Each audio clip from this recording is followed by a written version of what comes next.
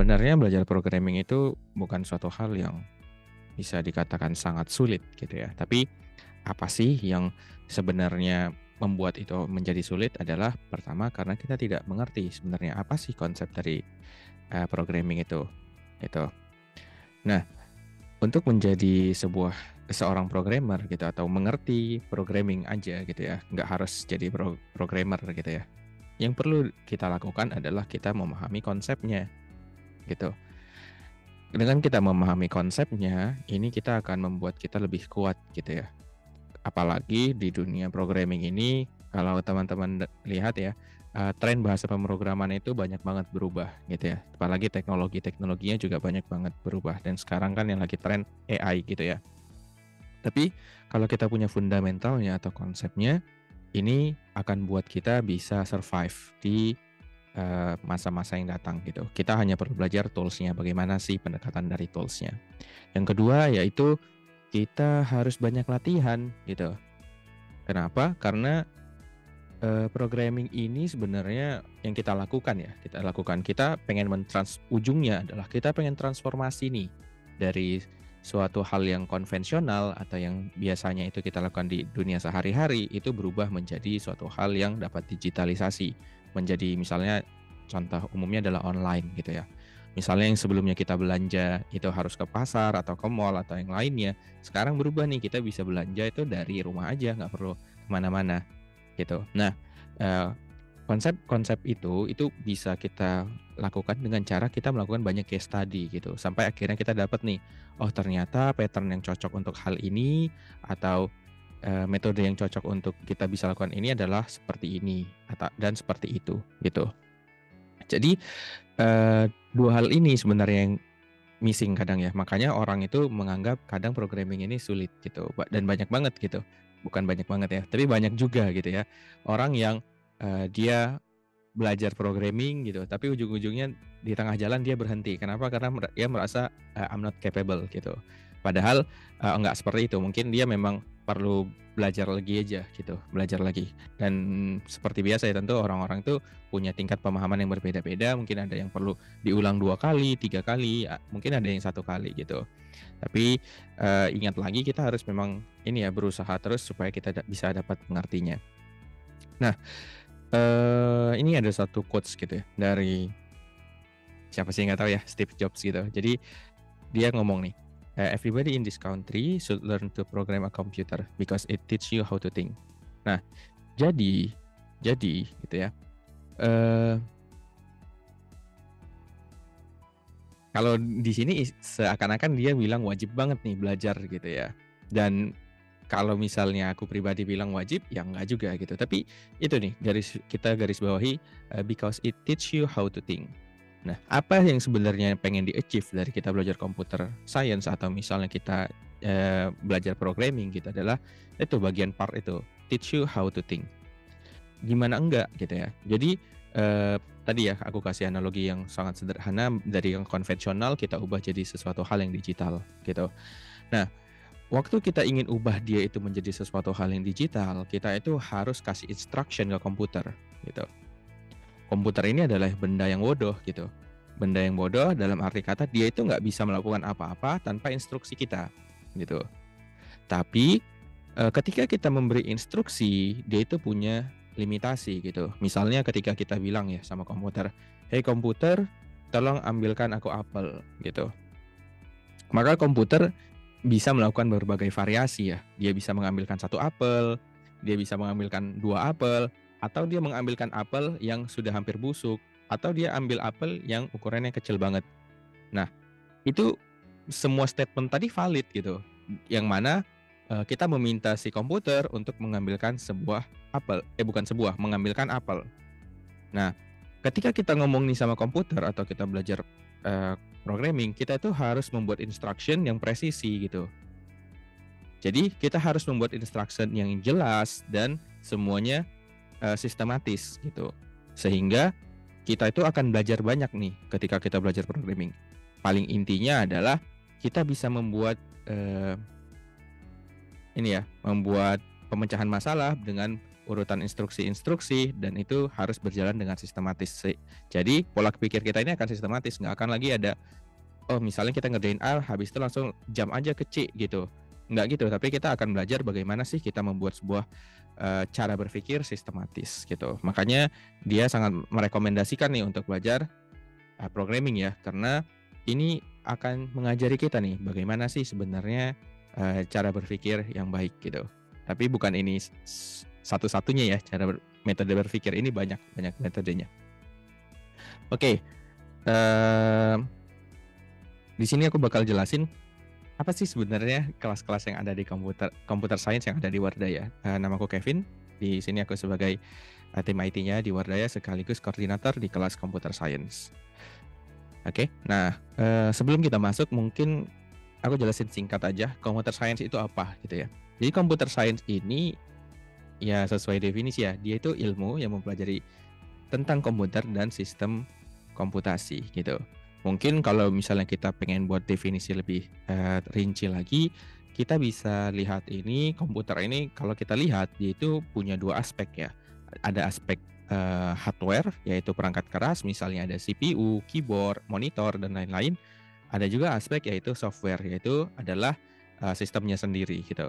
Di banyaknya computer science itu belajar pada ranah yang kita sebut dengan software gitu.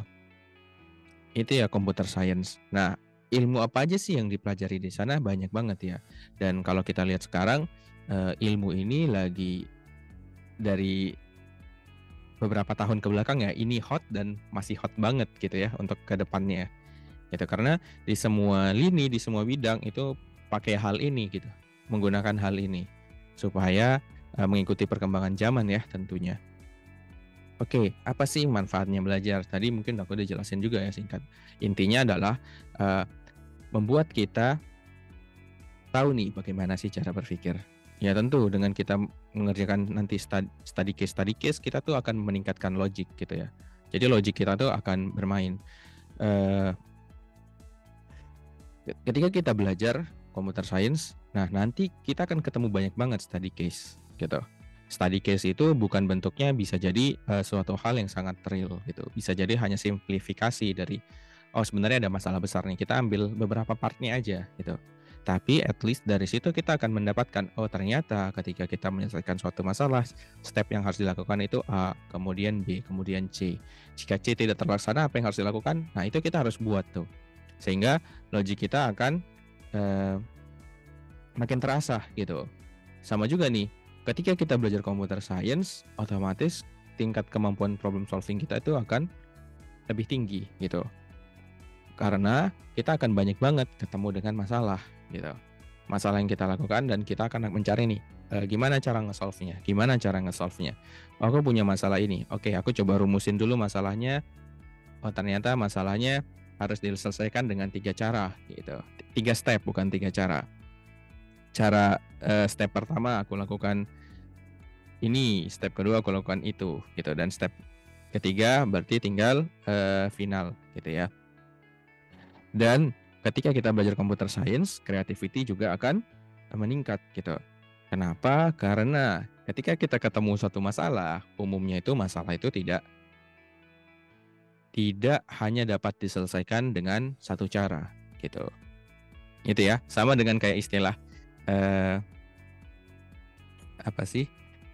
Jalan menuju apa ya istilahnya, kayak jalan menuju Roma itu ya.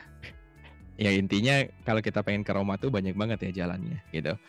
Nah sama di sini ketika kita coba mengerjakan satu masalah itu kita nggak cuman menyelesaikan masalah itu straightforward gitu ya. Tapi kita bisa coba pendekatan lain. Makanya nanti ketika kita misalnya belajar akan ketemu nih. Misalnya kita pakai metode searching gitu ya. Kita ngomongin metode searching.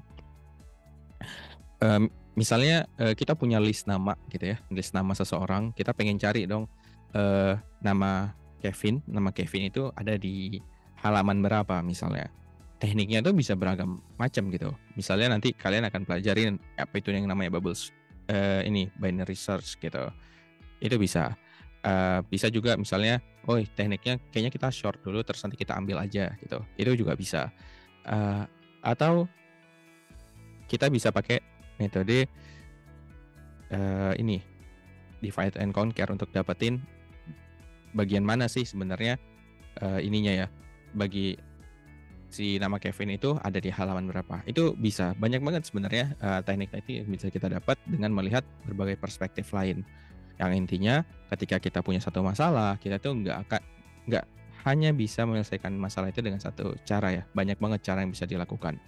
Dan yang terakhir, ini adalah job opportunity untuk kedepannya. Di mana kita tahu ya sekarang lagi hot banget dan ke depan justru makin hot hot banget gitu. Meskipun kalau kita lihat sekarang juga kalau di dunia kerja ya sekarang tuh lagi ada ini ya masih ada imbas dari tech winter kemarin banyak yang di layoff tapi trennya itu tetap tinggi gitu. Trennya tetap tinggi. Dan ini adalah salah satu pekerjaan yang sangat menarik. Kenapa? Karena kita tuh bisa kerja dari rumah ya, jadi remote gitu.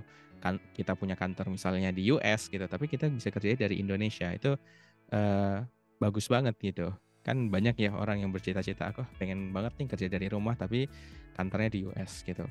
Jadi kita bisa work from anywhere ya. Ini juga salah satu opportunity untuk hal itu kalau misalnya kalian concern ke sana. Tapi balik lagi, tujuannya adalah job opportunity yang sangat luas ya di kemudian hari. Nah, di Wardaya sendiri punya kelas apa aja sih sebenarnya? Jadi kelas yang ada di Wardaya itu ada beberapa ya pada saat ini. Itu ada yang kelas beginner. Ini sebenarnya pengkhususannya untuk teman-teman gitu ya yang belum punya basic sama sekali untuk programming. Ini bisa banget ikut kelas ini. Atau udah pernah nih dapat basic tapi masih nggak yakin nih dengan kemampuannya gitu ya, ragu-ragu. Itu bisa banget untuk ikutin kelas ini.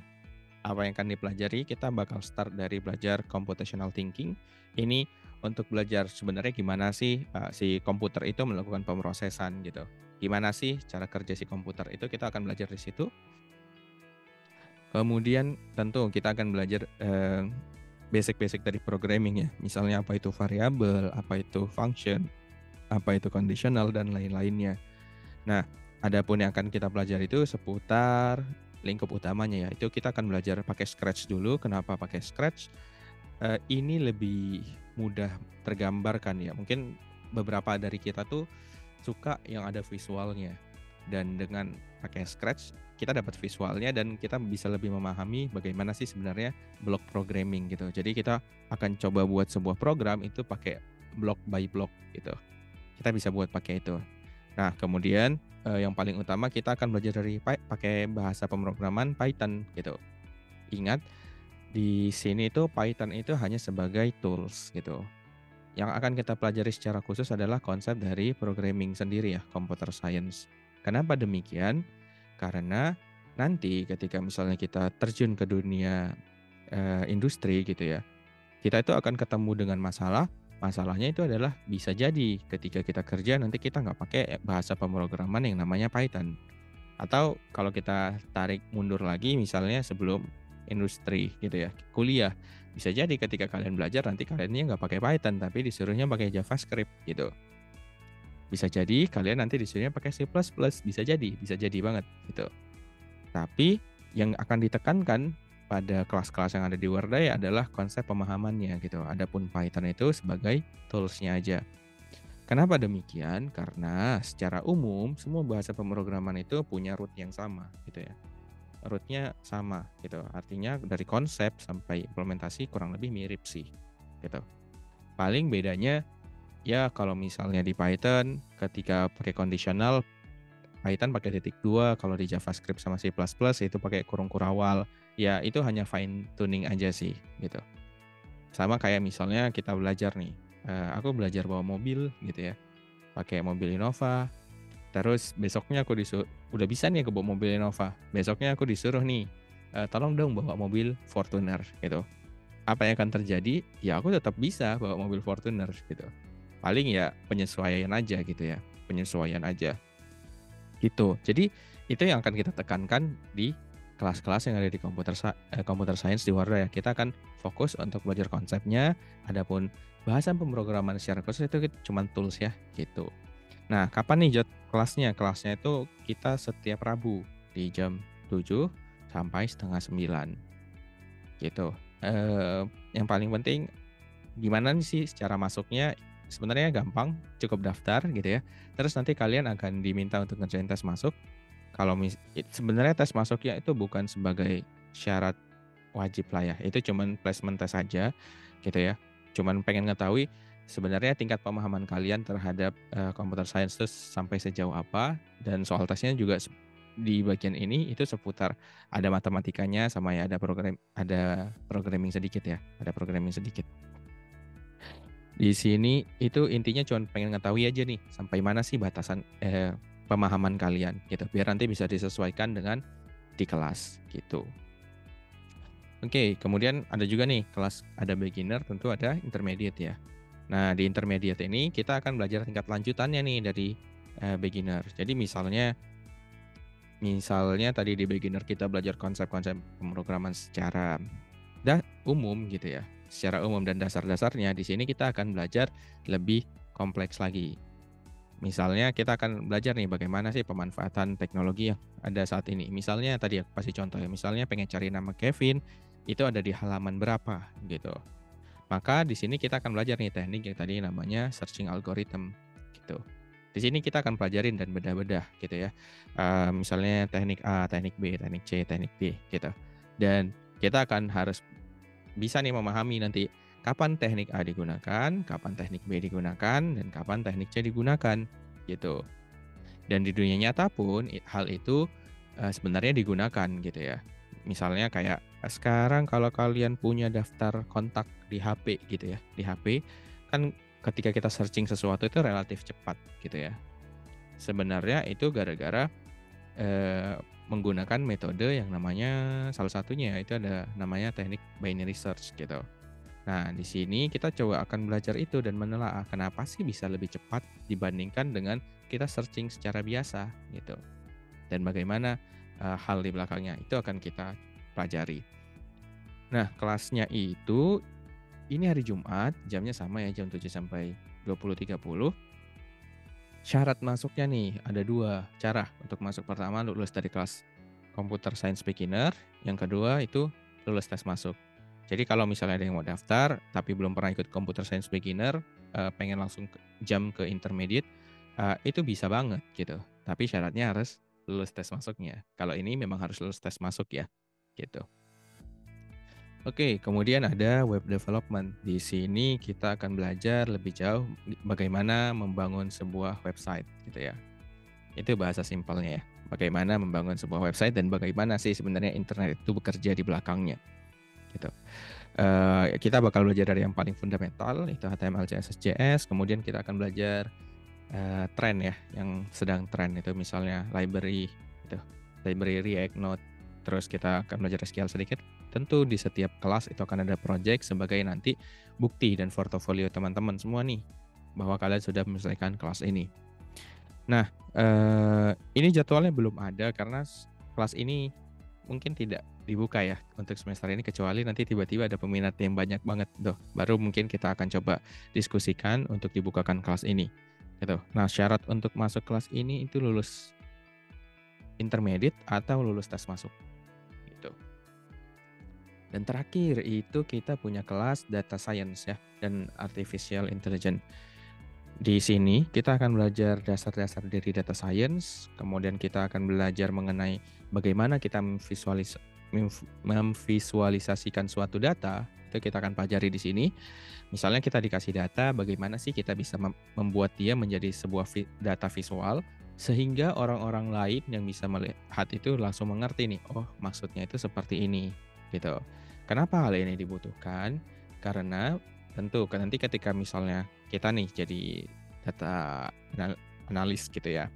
Nah, kita pengen ngasih report nih kepada atasan kita, maka kita mencoba untuk menyajikan sebuah data yang akan mudah dipahami. Sehingga kalau mudah dipahami itu mereka bisa atau kita bisa ngambil decision nih dari data yang kita punya, apa langkah selanjutnya yang akan kita lakukan gitu. Dari visualisasi ini bisa membantu gitu ya. Kemudian kita akan belajar juga tentunya mengenai machine learning gitu. Machine learning ini mungkin bagian dari artificial intelligence ya, ini bagiannya. kita belajar bagaimana mungkin kita bisa buat prediction. Misalnya kita punya data yang sekarang nih, terus kita pengen prediksi nih ke depannya kira-kira apa yang akan terjadi. Contoh sederhana saham gitu ya. Saham misalnya harganya, dari 3 hari yang lalu itu, 400, 500, 600. Maka kita akan coba prediksi di 7 hari ke depan kira-kira harganya bakal berapa gitu, menggunakan data-data yang kita punya. Nah, di sini kita bisa melakukan, ini ya, teknik dari machine learning gitu. Salah satu teknik dari machine learning, kita membuat sebuah prediction. Tentu lagi-lagi di kelas ini juga akan ada project gitu ya. Nah, tadi aku singgung gitu ya masalah visualisasi ini. Ini salah satu contoh visualisasi gimana ketika kita baca visualisasi ini mungkin kita akan langsung nangkep nih, oh arahnya itu ke sini, maksudnya itu ke sini. Dan, mmm, menariknya gitu ya ketika kita belajar data science atau data analis, kita bisa membantu untuk stakeholder atau kita itu mengambil next decision selanjutnya. Contohnya misalnya kita punya data penjualan gitu, dan kita lihat nih ya, data penjualan di sebuah supermarket atau mungkin lebih kecil lah, toko kelontong lah ya, atau ya semacam Indomaret dan lain-lainnya gitu ya, mirip kayak gitu aja kita ambil gitu. Nah, eee, kita punya data penjualannya gitu, data penjualannya misalnya hari ini, mmm, ada transaksi, A beli susu, A juga beli roti. Kemudian ada transaksi B beli susu, B juga beli roti. C beli susu, C juga beli roti, gitu.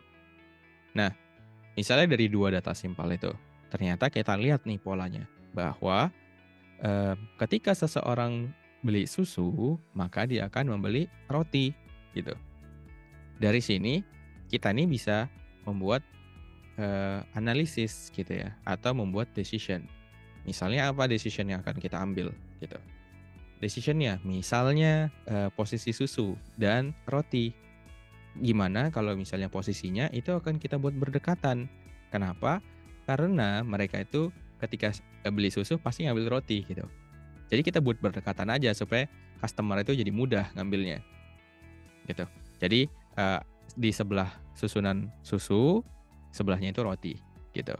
Pasti, ini kan chance-nya untuk mereka beli lagi jadi makin besar gitu ya, makin besar gitu. Ini salah satu decision yang bisa kita ambil gitu, atau decision yang lain yang mungkin, keren juga gitu. Gimana? Karena kita udah tahu nih trennya bahwa setiap orang yang beli susu itu akan beli roti, kita jauhin aja letak susu dan rotinya gitu. Misalnya susu itu ada di pojok kiri gitu ya, si rotinya itu ada di pojok kanan gitu. Kenapa demikian kita buat? Ini ada reason di baliknya. Kita berharap ketika dia ambil susu, dia akan melihat semua produk-produk kita yang lain gitu. Jadi mana tahu dia bakal ngambil satu per satu gitu ya dari sepanjang produk yang ada di bukan di katalog, yang ada di list, ada di keranjang ya, di keranjang itu. Bakal diambil gitu. Karena dia pada endingnya dia akan mengambil roti gitu. Ini juga decision yang menarik untuk dibuat gitu kan. Tapi dari mana kita bisa buat decision itu? Decision itu muncul karena kita punya data tadi tuh. Punya data. Punya data bahwa dan kita ketahui nih bahwa setiap orang yang beli susu dia akan beli roti. Nah, disinilah kita akan belajar gitu bagaimana kita bisa membuat sebuah data yang bermakna gitu ya. Kita ambil datanya, kita coba telaah kenapa datanya bisa seperti ini dan akhirnya nanti kita coba ambil decision, kira-kira begitu. Menarik untuk, kita pelajari tentunya ya. Apalagi, hal ini juga tren ya untuk sekarang maupun masa depan dan ini banyak banget dicari di mana-mana. Oke, paling begitu saja yang bisa aku sampaikan. Sekarang mungkin kita bakal masuk sesi tanya jawab. Kalau teman-teman yang ada mau bertanya, boleh langsung bertanya. Bis Harusnya bisa open mic juga ya kalau misalnya bisa, tapi kalau enggak bisa langsung direct, langsung tanyakan aja melalui chat dari Zoom.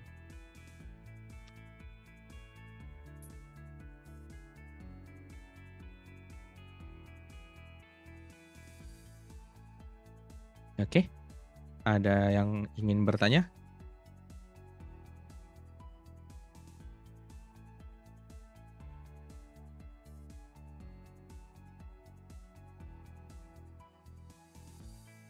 Oh iya, kelasnya dimulai kapan? Jadi kelasnya itu kita udah mulai minggu ini sebenarnya, itu pertemuan minggu pertamanya, tapi, masih kita buka nih sampai kalau teman-teman mau masuk di minggu depan tuh masih bisa. Nanti kita bakal kasih recording-nya untuk yang minggu yang lalu, harusnya sih nggak akan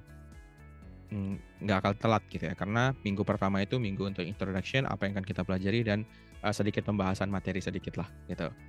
Dan, lagi tadi ya kalau teman-teman daftar sekarang dan minggu depan tuh masuk, nanti bakal dikasih recording-nya. Jadi teman-teman bisa nonton untuk, rekaman minggu sebelumnya gitu. Berapa lama juga, jadi kelas ini kita adakan satu semester sekali ya, dan di dalam satu semester itu akan ada 20 pertemuan, di setiap pertemuannya itu 1,5 jam gitu ya.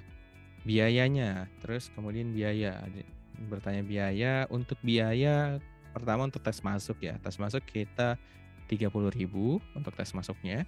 Nanti waktu kalian buka, daftar melalui website itu nanti akan ada tagihannya 30.000 kalau mau daftar. Nah setelah lulus tes masuk itu kalian akan dan jika bersedia untuk mengikuti kelasnya, kalian akan diminta untuk membayar full payment-nya yaitu 4 juta untuk satu semesternya.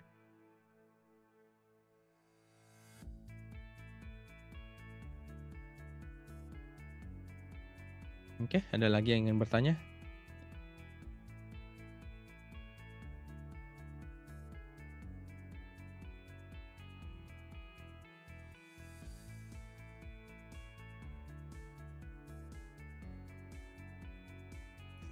Waktu pembelajarannya ya? Ya waktu pembelajarannya untuk yang beginner itu Rabu malam gitu ya, jam 7. Terus yang intermediate itu kita back sedikit deh. Intermediate itu dia di hari Jumat jam 7 juga, terus yang data science itu di hari Selasa, di hari Selasa. Oke, ini jamnya salah ya, harusnya sama 1,5 jam juga durasinya. Aku ganti dulu.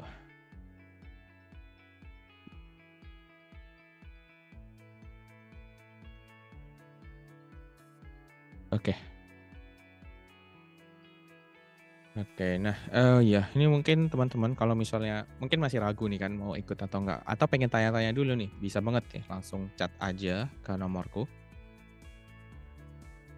eee, 0813 52020359. Oke, bisa tanya-tanya dulu nih, misalnya, "Kak, aku ragu nih mau ikut atau enggak," atau, "Kak, aku sebenarnya udah pernah," gitu, "tapi baiknya aku ambil yang mana ya?" Itu boleh banget lah untuk bertanya-tanya. Atau misalnya, "Kak, aku bingung nih, eee" harus startnya dari mana gitu, atau juga bilang, "Kak, apa sih gunanya untuk belajar ini?" Gitu. Ya tentu kalian bebas untuk bertanya gitu ya, bebas untuk bertanya, aku kasih nomor WA di sini, nanti boleh langsung hubungi aja, kita bisa diskusi lah gitu. Oke, di akhir dari kelas ini teman-teman itu akan mendapatkan sertifikat gitu ya, sertifikat, bukti bahwa kalian sudah pernah mengikuti kelas computer science di Wardaya gitu, sertifikat. Oke, gitu. Ada lagi yang ingin bertanya?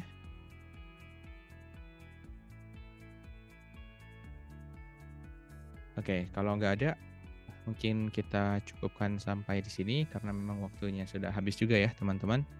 Kalau misalnya ada pertanyaan lebih lanjut, seperti usulku boleh langsung tanyakan aja melalui melalui WA atau teman-teman bisa kunjungi website Wardaya di wardayaonline.com atau kalau mau hubungi dari tim admin Wardaya bisa ke Telegramnya Wardaya.